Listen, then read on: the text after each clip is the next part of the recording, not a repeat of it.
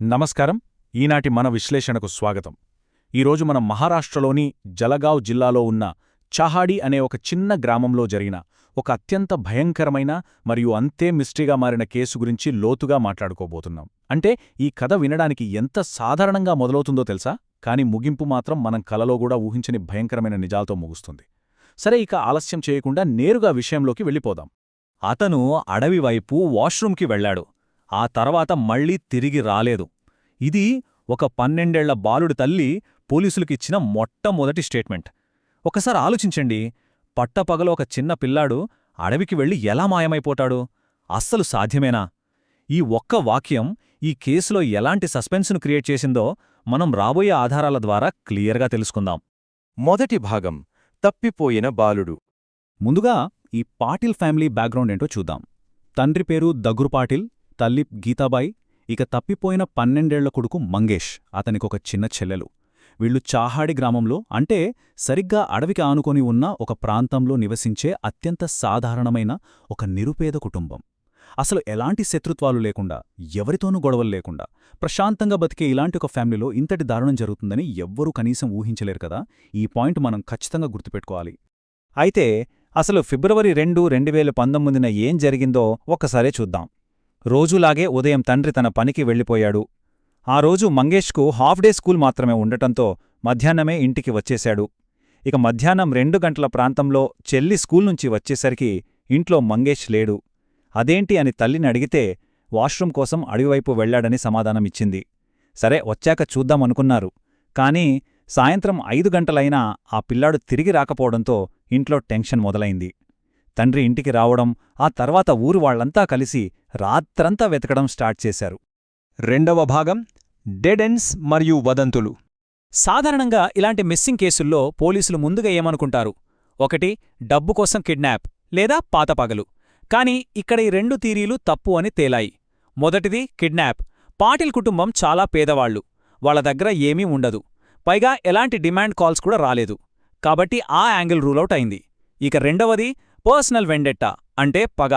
ఈ కుటుంబం చాలా సైలెంట్. వీరికెలాంటి పాత కక్షలు లేవని విచారణలో తేలిపోయింది.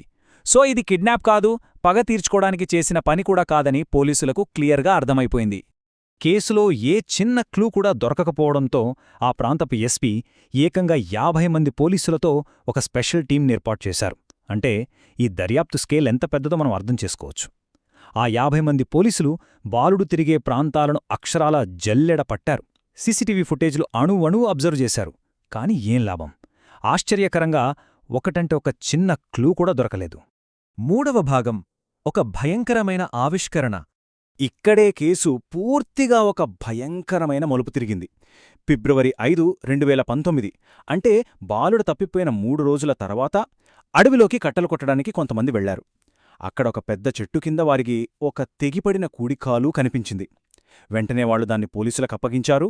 ఫారెన్సిక్ ల్యాబ్కు పంపి డిఎన్ఏ టెస్ట్ చేయగా అది తప్పిపోయిన మన మంగేష్దే అని నిర్ధారణ అయింది. అప్పటివరకు ఆ పిల్లాడు ఎక్కడో ఒకచోట బతికే ఉంటాడనుకున్న ఆశలన్నీ ఒక్కసారిగా గాల్లో కలిసిపోయాయి. మిగతా శరీర భాగాలేమైనా దొరుకుతాయేమో అని అడవిలో గాలించడానికి పోలీసులు స్నిఫర్ డాగ్స్, అంటే జాగిలాలను రప్పించారు. అయితే ఇక్కడొక విచిత్రం జరిగింది. ఆ జాగిలాలు అడవిలోనుంచి నేరుగా మంగేష్ వాళ్ల ఇంటి గుమ్మం దగ్గరికే వచ్చాగిపోయాయి. మొదట పోలీసులేమనుకున్నారంటే అది ఆ బాలుడిల్లే కాబట్టి కుక్కలు ఆ వాసన పసిగట్టి అక్కడికొచ్చాయేమో అని లైట్ తీసుకున్నారు. కానీ ఆ చిన్న పొరపాటు అసలు ఎంత పెద్ద క్లూనో మనకు తర్వాత అర్థమవుతుంది. అసలా పిల్లాడికి ఏమైంది?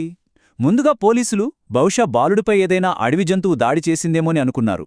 కాని ఫారెన్సిక్ రిపోర్ట్ వచ్చాక వాస్తవాలు తలకిందులయ్యాయి. బాలుడిని చాలా పదునైన ఆయుధంతో కోశారని, అది కూడా అతను చనిపోయిన తరువాతే ఆ బాడీని మొక్కలుగా నరికారని రిపోర్ట్ తేల్చి చెప్పింది. అంటే దీనర్థమేంటి? ఇది జంతువుల పని కాదు, ఎవరో పక్కా ప్లాన్ ప్రకారం చేసిన ఒక కిరాతకమైన మర్డర్. ఈ నిజం బయటపడగానే ఇక గ్రామంలో రకరకాల వదంతులు మొదలయ్యాయి. ఎందుకంటే మంగేష్ తప్పిపోయిన తరువాతే రోజు అమావాస్య. దానికి తోడు బాలుడి కాలు దొరకడం, ఆ తర్వాత కొన్ని రోజులకు అడవిలో మరోచోట సగం తల దొరకడంతో ఇది ఖచ్చితంగా నరబలే అని, ఎవరో చేతబడితేసేవాళ్లు బాలుడిని బలిచ్చారని ప్రజలు తీవ్రంగా భయపడటం మొదలుపెట్టారు. ఆ టైంలో ఈ కేసు పూర్తిగా ఓ అయోమయ స్థితిలోకి వెళ్ళిపోయింది. నాలుగవ భాగం, ఒక కీలకమైన ఆధారం. ఒకానొక దశలో పోలీసులు కూర్చుని ఈ కేస్ గురించి మళ్లీ మొదటినుంచి ఆలోచించడం మొదలుపెట్టారు. అప్పుడు వాళ్లకి 2 విషయాలు బలంగా స్ట్రైక్ అయ్యాయి. నంబర్ 1, జాగిరాలు అడవిలో ఎక్కడ తిరిగినా పదే పదే మంగేషింటికే ఎందుకొచ్చి ఆగుతున్నాయి.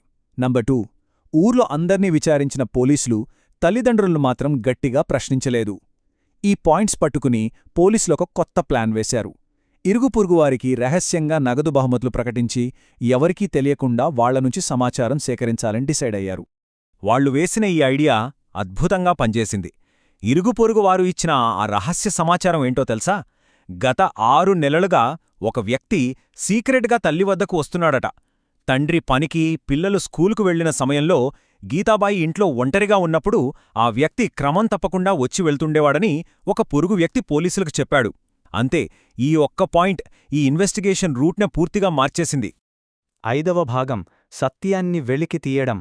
ఆ సీక్రెట్గా వచ్చే వ్యక్తి పేరు సదాం పాటిల్. అతను మంగేష్ తండ్రికి వరుసకు ఒక దూరపు బంధు. పోలీసులు అతన్ని అదుపులోకి తీసుకుని తమ స్టైల్లో గట్టిగా ప్రశ్నించేసరికి అసలు నిజం కాక్కేశాడు. గీతాబాయితో 6 నెలలుగా అతనికి అక్రమ సంబంధం ఉందని ఒప్పుకున్నాడు. అయితే ఇక్కడే ఓ ట్విస్ట్. తాను కేవలం ఆ బంధాన్ని మాత్రమే నిరిపానని, మంగేష్ను తాను చంపలేదని, రాజేంద్రనే మరో వ్యక్తి ఈ ఘాతుకానికి పాల్పడ్డాడని భయంతో ఏడ్చేశాడు. అలా సడన్గా రాజేంద్ర పేరు తెరపైకి రావడంతో కథ మరో మలుపు తిరిగింది.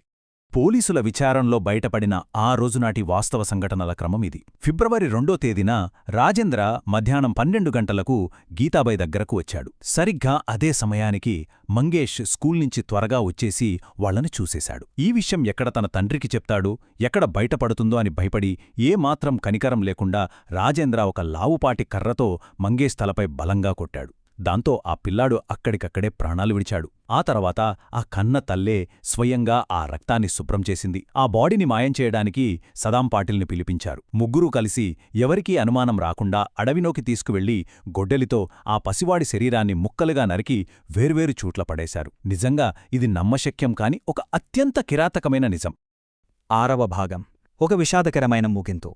మన ఈ విశ్లేషణను ముగించే ముందు ఒక్కసారి ఆలోచించండి. ప్రాణంగా చూసుకోవలసిన వారే భక్షకులుగా మారితే ఇక భద్రత, నమ్మకం ఎక్కడ ఉంటాయి? ఏమీ తెలియని ఒక చిన్నపిల్లాడు తన కన్నవాళ్లపై పెట్టుకున్న నమ్మకం ఎంత దారుణంగా మోసపోయిందో ఈ కేసు తెలియజేస్తుంది. అత్యంత సురక్షితమనుకునే తల్లిఒడి ఇలా ప్రాణాలు తీసే ప్రదేశంగా మారితే ఈ సమాజంలో భద్రతెక్కడుంది? ఈ కేసులోని ప్రతి ఆధారాన్ని, క్రైమ్ ఇన్వెస్టిగేషన్ను మనం ఈ విశ్లేషణలో లోతుగా పరిశీలించాం. మరొక ఆసక్తికరమైన అంశంతో మళ్లీ కలుద్దాం.